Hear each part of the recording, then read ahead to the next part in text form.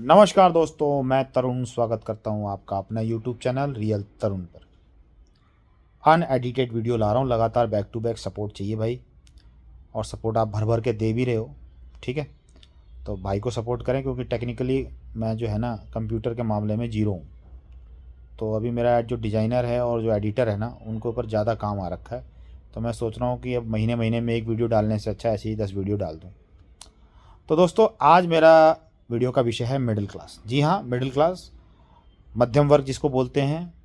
तो मध्यम वर्गीय समाज कैसा होता है, इसको देखने के लिए आपको चिड़ियाघर जाने की ज़रूरत या किसी म्यूज़ियम में जाने की ज़रूरत अभी फ़िलहाल नहीं है। 2-4 साल बाद हो सकता है कि आप अपने बच्चों को लेके जाएं कि देखो भाई, ये जो क्रिएचर है ना, इसको मध्यम वर्गीय परिवार बोला जाता है, क्योंकि ऑलमोस्ट ये अब खत्मे की ओर है, ठीक है।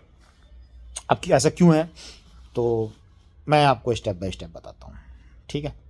तो स्टार्ट करते हैं। दोस्तों, मीडियम यानी मध्यम वर्गीय परिवार जो होते हैं ना, मध्यम वर्गीय समाज जो होता है, वो किसी भी देश की अर्थव्यवस्था की रीढ़ की हड्डी होता है।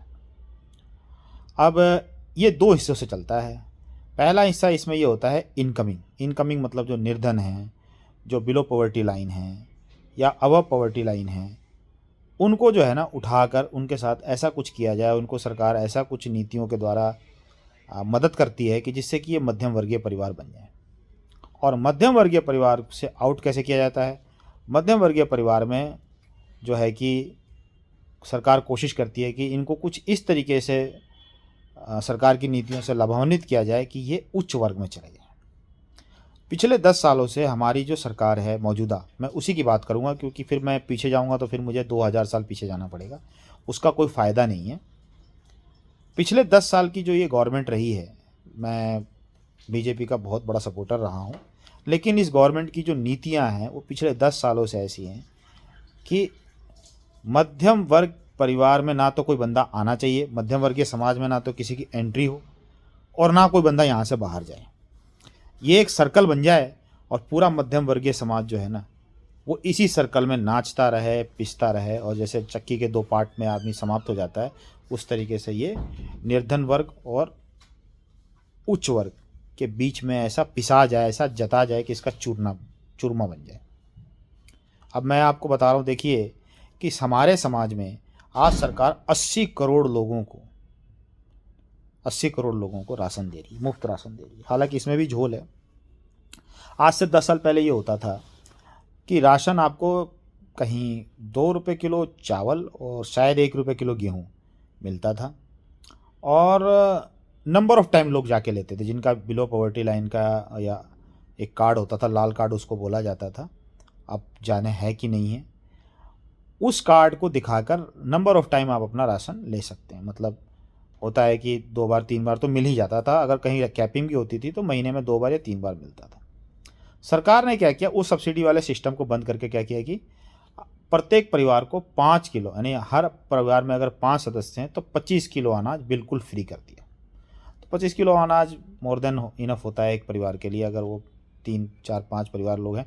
मतलब हेल्प तो हो ही जाती है। मान लीजिए आपको अगर 50 किलो अनाज खरीदना होगा तो 25 किलो ही खरीदना पड़ेगा, 25 किलो की तो हेल्प हो ही गई। तो 80 करोड़ लोग जो ऐसे हैं, उनको तो सरकार ने ऐसे ही मुंह पे टेप लगा दिया कि बेटा राशन खाए जाओ और मोदी के गुण गाए जाओ। पहला बात तो ये हो गया जी। अब जो उच्च वर्ग है, उसको उन्होंने क्या किया कि भाई, एक छोटा सा उदाहरण दे रहा हूँ आपको। एयरपोर्ट चलाने के लिए पहले एक कैप होता था, वो कैपिंग कितनी होती है ये मुझे ध्यान नहीं है, शायद 10 साल है या 5 साल है, ऐसे ही कुछ था। मेरे एग्जैक्ट वर्ड को आप पकड़ के मत बैठ जाइएगा, ऐसा कुछ कैपिंग था, लेकिन था कि एयरपोर्ट का प्राइवेटाइजेशन जब यूपीए गवर्नमेंट ने किया, तो उसके बाद शायद एक नियम था कि एयरपोर्ट अथॉरिटी ऑफ एयरपोर्ट, अगर कोई प्राइवेट प्लेयर टेक ओवर करता है कि भाई मुझे फलां एयर, जैसे दिल्ली, बम्बई, कलकत्ता है, इस तरीके से और शहरों में भी अगर कोई एयरपोर्ट अपने operational day to day operation के लिए अगर कोई कंपनी टेक ओवर करती है या कंपनी को अलॉट होता है, तो उस कंपनी को एक एक्सपीरियंस होना चाहिए जो एक सर्टेन टाइम का होना चाहिए, यानी 5 साल 10 साल का होना चाहिए। तो हमारे मोटा भाई अडानी साहब, इनको क्या किया गया कि जब एयरपोर्ट का ठेका, जब एयरपोर्ट इंडस्ट्री के अंदर आए ऑपरेशन में, कि भाई मैं जैसे जीएमआर है उस तरीके से जीवीके था, उस तरीके से अगर मेरे को भी एयरपोर्ट चाहिए, मैं भी अपुन भी अब एयरपोर्ट चलाएगा। तो सरकार ने कहा कि कोई टेंशन ही नहीं है भाई, तू आ जा, मैं तेरे को ठेका दे देता हूँ। तो वो ठेका जो है इनको दिया गया। तो भाई आए, बोले सर इसमें तो कैपिंग है, मान के चलिए 5 साल है, मैं तो 5 साल पुराना प्लेयर नहीं, मैं तो नया हूँ। तो वो एंट्री बैरियर को इन्होंने क्या किया, हटा दिया। कितनी चतुर, ये सबसे बड़ा ब्लंडर मेरे को आज मतलब मुझे याद है अपनी रहती समय में कि किस तरीके से सरकार ने बायज़ होकर फैसला लिया। अब जो फैसला लिया वो चलो जैसा भी लिया, नहीं लिया उसके ऊपर क्या आप ज़्यादा मतलब छेड़ाखानी की जाए, लेकिन फैसला तो हो गया। जब फैसला हो गया तो हो गया भाई। अब जो है उसका फ़ायदा अडानी साहब को मिल रहा है। तो मतलब एक जो है ना, बायज़ होके फेवर करो पूंजीपतियों का, और जो निचले वर्ग के लोग हैं हमारे भाई, जो आर्थिक रूप से पिछड़े हैं, उनको जो है राशन का जो है कि टेप मार दो। तो फिर बच क्या गया, मिडिल क्लास। तो मिडिल क्लास को क्या करना है भाई, कि जब आप बायज़ होकर ठेके दोगे तो क्या होगा, ये जो धन पशु हैं ये फिर किससे काम करेंगे, मिडिल क्लास के ऊपर ही तो आएंगे। बोलेंगे भाई हमने जो है ये ठेका मिल गया हमको, अब परचेसिंग पावर तो तुम्हारे पास ही है, यानी पैसा तो तुम्हारे पास ही है। जो भी एक लिमिटेड बंधन है, जो मतलब आमतौर पर ऐसी धारणा होती है कि मिडिल क्लास फैमिली उनको बोला जाता है जिनके पास एक 4 व्हीलर हो, है ना, और एक अच्छा घर हो ठीक ठाक सा, ठीक है, बच्चे अच्छे स्कूल में पढ़ रहे हों, यानी वो अपनी डेली की ज़रूरतों को पूरा करने में समर्थ है। तो फिर सरकार क्या करती है, टैक्स भी उसी से लेगी। इनकम टैक्स हो गया, जीएसटी, जो जो जो हो सकता है वो सरकार ज़्यादा से ज़्यादा मैक्सिमम मिडिल क्लास से लेगी। और बायस होकर फेवर किसका करेगी, कैपिटलिस्ट को, इंडस्ट्रियलिस्ट को, कि भाई तुमको हम इतना पैसा दे रहे हैं, मतलब ये ठेका फ्री में दे देंगे, तो हम जैसे मर्जी वैसे फिर जनता को खींचो। मान लीजिए मैंने तुमको एयरपोर्ट दे दिया, एयरपोर्ट में एंट्री फीस कर दो 500 रुपये, फला फला चार्ज लगा, देगा कौन, मिडिल क्लास देगा। इसी तरीके से ये अडानी ग्रुप ने अभी बीच में बहुत हल्ला हुआ था यूएस में, कि भाई यूएस की जस्टिस डिपार्टमेंट ने एक कोई केस पकड़ा इनका, कि भाई ये जो है यहाँ से पैसा ले जाते हैं और पैसा ले जाके जो है इंडिया में, या इंडिया में किसी रिसोर्स से पैसा इकट्ठा करते हैं उल्टे सीधे तरीके से बैंकों से लोन लेकर, और लोन का पैसा क्या करते हैं, रिश्वत में बांटते हैं। आंध्र प्रदेश का कोई मुख्यमंत्री है या उसका पीए भगवान जाने, उसको इन्होंने 1,000 करोड़ या 2,000 करोड़ रुपए रिश्वत दी। अब से सोचिए, जो व्यक्ति 2,000 करोड़ रुपए की रिश्वत देके ठेका लेगा वो क्या करेगा, वो 4 रुपये की बिजली 25 रुपये में नहीं बेचेगा तो उसका पल्ला बढ़ेगा, और 25 रुपये देगा कौन भाई, 300 यूनिट जिसको फ्री है वो तो देगा नहीं, 25 रुपये देंगे कौन, हम और आप जैसे लोग, जिनके छोटे मोटे कल कारखाने हैं या घर है छोटा ठीक ठाक, 2-4 एसी लगे हुए हैं, जो भी है मतलब, तो वो बंदा देगा। तो वो बंदा फिर क्या करेगा, लास्ट में जाके उसे कोलैप्स तो होना ही है ना। तो मिडिल क्लास, इसी वजह से हमारे यहाँ से मिडिल क्लास के अंदर अब एक भावना आ गई है कि इस देश को छोड़ो और भागो। 11-11 लाख लोग जो है ना 3 साल 4 साल में इंडिया की नागरिकता छोड़ रहे हैं, और पीआर पे तो पता नहीं कितने लाख लोग यहाँ से मूव हो चुके हैं। तो आने वाले समय में, और वोट की ताकत किनके पास रह गई है, जिनकी आर्थिक स्थिति ठीक नहीं, जिनको फ्री का राशन मिल रहा है बेचारों को, वो अपने में ही खुश हैं। वो फ्री का राशन नहीं है, वो एक तरीके से अफीम है। जिस तरीके से अफीम सुंघा दिया जाता है, चटा दिया जाता है, आई डोंट नो किस तरीके से कंज्यूम किया जाता है, उसी तरीके से ये राशन है, दे दिया गया। आप मोदी जी का गुणगान करते रहो, वोट देते रहो, वो आपको राशन देता रहेगा। आपको कमाने के लिए बाहर जाने की ज़रूरत नहीं है, बिजली फ्री आती रहेगी, हर महीने 1,000-2,000 रुपये आते रहेंगे, ठीक है ना। अभी across the party line, Kejriwal हो या वहाँ पर आपका हेमंत सोरेन हो झारखंड में, या लाडली बहनी योजना करने वाला अजीत पवार हो, कोई भी गवर्नमेंट शिंदे साहब की थी, कोई भी गवर्नमेंट उठा के देख लीजिए, सीधा फंडा है, 2,000-2,500 रुपये इनके अकाउंट में डाल दो भाई, ठीक है, 5 किलो राशन दे दो भाई। ये जो आ रहा है 300 यूनिट बिजली दे दो भाई, तो ये जो फ्री की रेवड़ी बट रही है, ये पैसा कहाँ से आ रहा है, ये दे रहे हैं हम और आप मिडिल क्लास के लोग, ये हम और आप दे रहे हैं।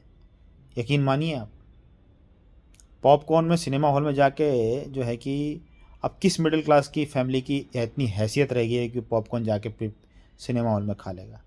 आज की डेट में जो पीवीआर कल्चर है, पीवीआर लॉस में है बॉस, लॉस में बिक चुकी है, बिकने के बाद भी लॉस में है, पता है। 2,000 रुपये चाहिए आपको, अगर 2 मियाँ बीवी आप हैं, मियाँ बीवी और एक बच्चा है, तो 2,000 रुपये चाहिए आपको पीवीआर में जाने के लिए। तो ये कल्चर जो है ना, मिडिल क्लास को इतना बर्डन दे दिया गया है कि कोई भी पार्टी उस चीज़ को समझ के राज़ी नहीं है।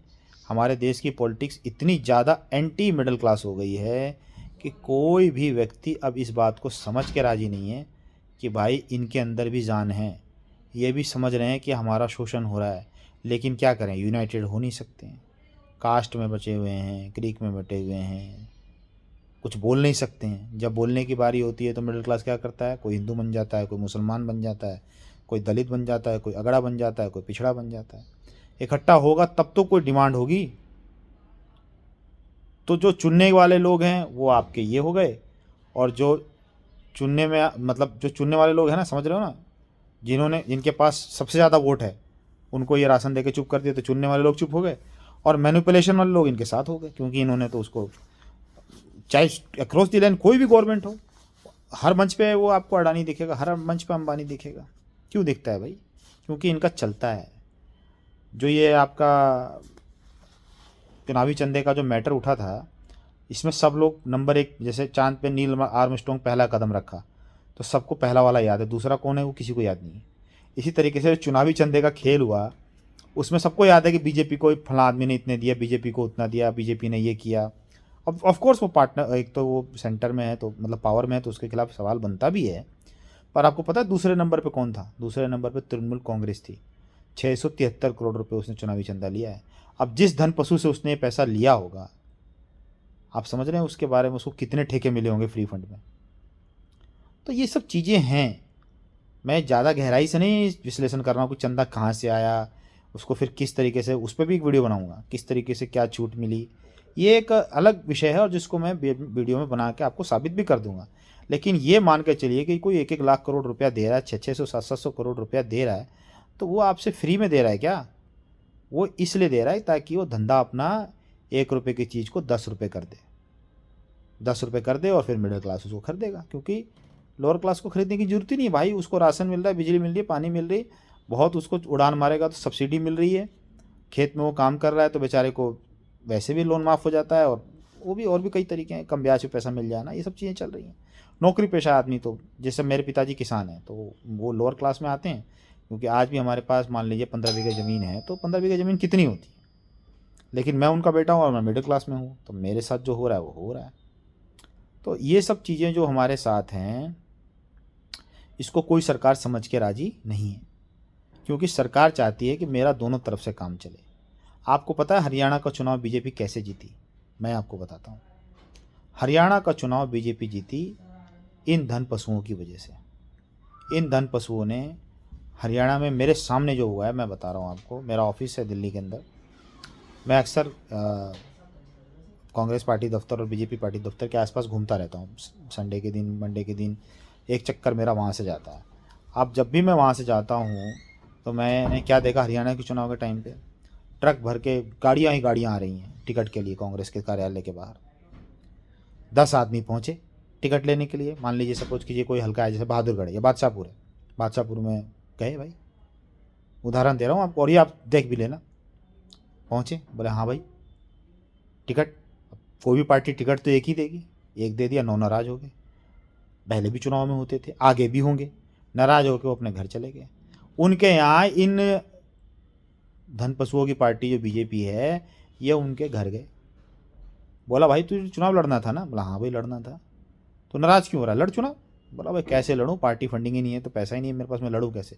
अरे हम तेरे को लड़वा रहे हैं यार, पैसा जितना लगेगा हम देंगे। ऐसे करके जो है ना, इन्होंने उन 9 बंदों को चुनाव में खड़ा कर दिया। अब थे तो सारे कांग्रेसी, वोट किसके काटेंगे? कांग्रेस के। उनको खड़ा कर दिया और पैसा दे दिया सबको, 20-20 लाख, 25-25 लाख, जितना लगाओ। मैं ये नहीं कह रहा, मैं इसके ऊपर कोई मेरे डेटा नहीं है, लेकिन हुआ यही है। अब वो 9 ने मिलकर जो है 5,000, 10,000, 20,000 वोट ले लिए, और वहाँ से बीजेपी का कैंडिडेट जीत गया। कहीं 700 वोट से, कहीं 2,000 वोट से, कहीं 5,000 वोट से, कहीं 600 वोट से, कहीं 25 वोट से, कहीं 50 वोट से भी जीता होगा। इतना परफेक्ट नहीं हो, लेकिन हाँ 100 वोट से भी जीतने वाला कोई ना कोई होगा। तो ये खुला खेल। अब ये आपने कभी सोचा कि ये 25-25 लाख, 30-30 लाख रुपए कहाँ से आए? किसी ने नहीं सोचा। ये पैसा आपका और हमारा नहीं है, ये पैसा हमारी जेब से, हमारे गर्दन से काट के लिया गया पैसा हमारा नहीं है, हमसे ज़बरदस्ती लिया गया पैसा है जो ये धन पशु ले गए। आप समझिए, अगर मैं इसी बात पे एक उदाहरण दे दूं कि भाई आंध्र प्रदेश के जिस एमपी या जिस पीए या जिस मुख्यमंत्री के बारे में बात की जा रही है, अगर 2,000 करोड़ रुपया उसने घूस दिया अडानी ने, या जिसने भी, अडानी का ही नाम आ रहा है, मैं इसलिए कोट करके बोल रहा हूँ, तो क्या होगा भाई? वो 2 करोड़ रुपया ले लेगा। 2,000 करोड़ रुपया ले लिया उसने, अब वो 2,000 करोड़ की पूर्ति कहाँ से करेगा? 1 रुपये की चीज़, यानी 1 रुपये यूनिट वाली बिजली अगर होगी तो उसको 10 रुपये यूनिट बेचेगा, और पैसे हम जैसे लोग देंगे। और फिर वो पैसा जो है कहाँ जाएगा पता है आपको? मैं बताता हूँ। फिर वो पैसा जाएगा आपका ऐसे नकली उम्मीदवार खड़ा करने में। तो इन सब बातों को समझिए आप, और मिडिल क्लास की चिंता कीजिए। आपके यहाँ जो वोट लेने आ रहा है ना, उसको बताइए अपनी व्यथा। इस तरीके से ये चक्कर चल रहा है। हम मौजूदा गवर्नमेंट की हर पॉलिसी के सख्त खिलाफ हैं। आज हमारे पास कार है, हम बिहार जाते हैं, अगर हमारा 20,000 रुपया खर्चा आता है तो उसमें 12,000 रुपये पेट्रोल का और 8,000 रुपये टोल का खर्चा आता है। आप सोचिए, हर जगह हमारे को मक्खन वाली छुरी की जैसे काटा जा रहा है, लेकिन हमारी आवाज़ जो है वो फिरका परस्ती में बटी हुई है। एक हो जाइए और इस बारे में सरकार से सवाल पूछिए। धन्यवाद।